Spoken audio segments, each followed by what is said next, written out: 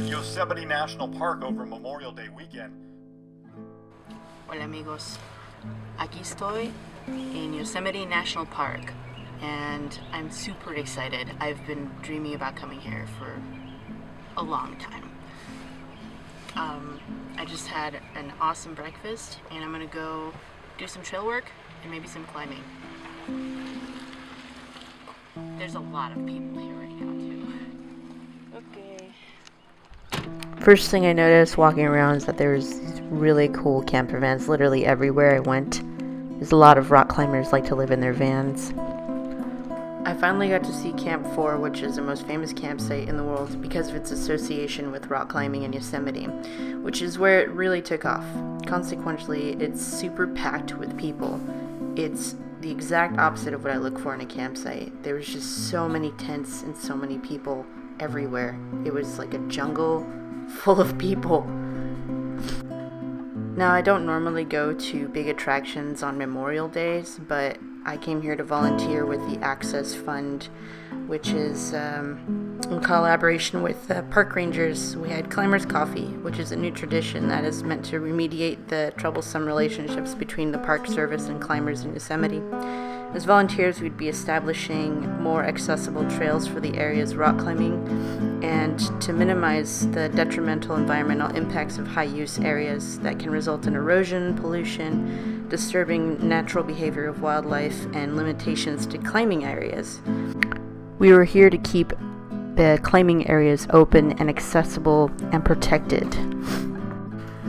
Working with the Access Fund and park rangers, we established some trails. We cleared old trails that were causing erosion, and we created a lot of rock trails. We did a lot of rock work. We were there to work mostly, and it was really interesting to see everybody putting in all the effort to move these giant rocks just so that people could have better access to these trails and stop destroying the environment. We did a lot of the work directly below on the base of El Cap, and it was really incredible to be surrounded by climbers dangling above us as we worked. It's incredible to see what amazing feats humans can accomplish. Many of these big wall climbers will be pushed to their limits, and some may not succeed, but that is the nature of going up against an element. This feat is astonishingly difficult.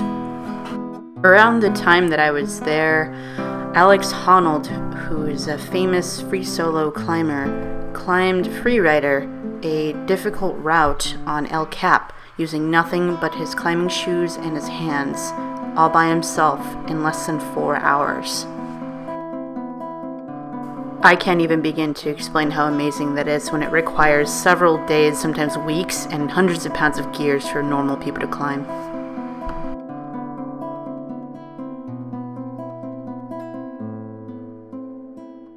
This pair of climbers here was 5 days in on their climb, and they were attempting the second ascent of a climb that's only been done once before.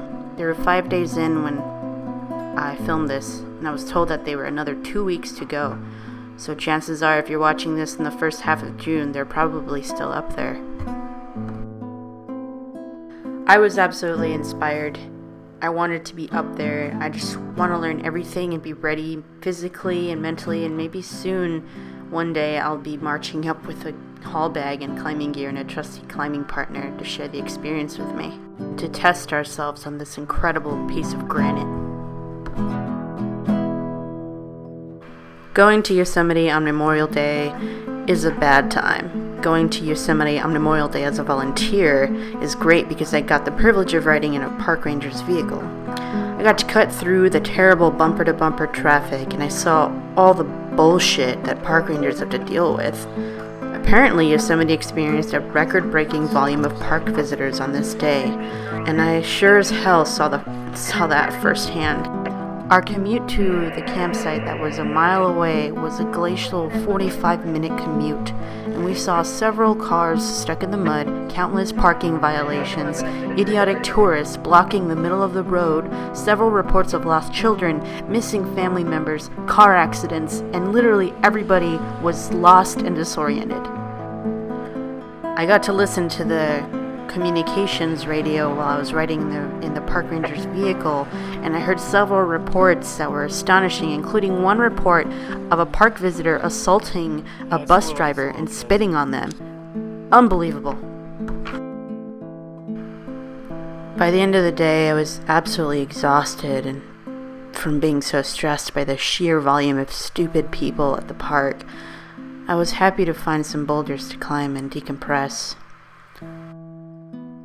I felt so honored to be able to climb on these ancient rocks with so much history when it comes to rock climbing. This is, after all, the Mecca of rock climbing.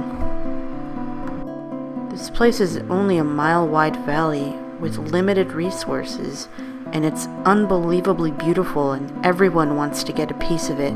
The park is being loved to death.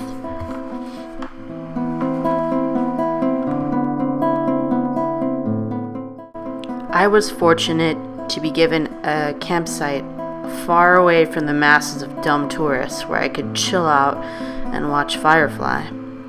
Although I have very mixed feelings about my experience at Yosemite National Park, I experienced the shittiest parts of it, and I got to experience some of the best rock climbing in the world. I am still drawn to Yosemite Valley with its enormous granite cliffs and waterfalls. I will definitely come back for more once I'm ready.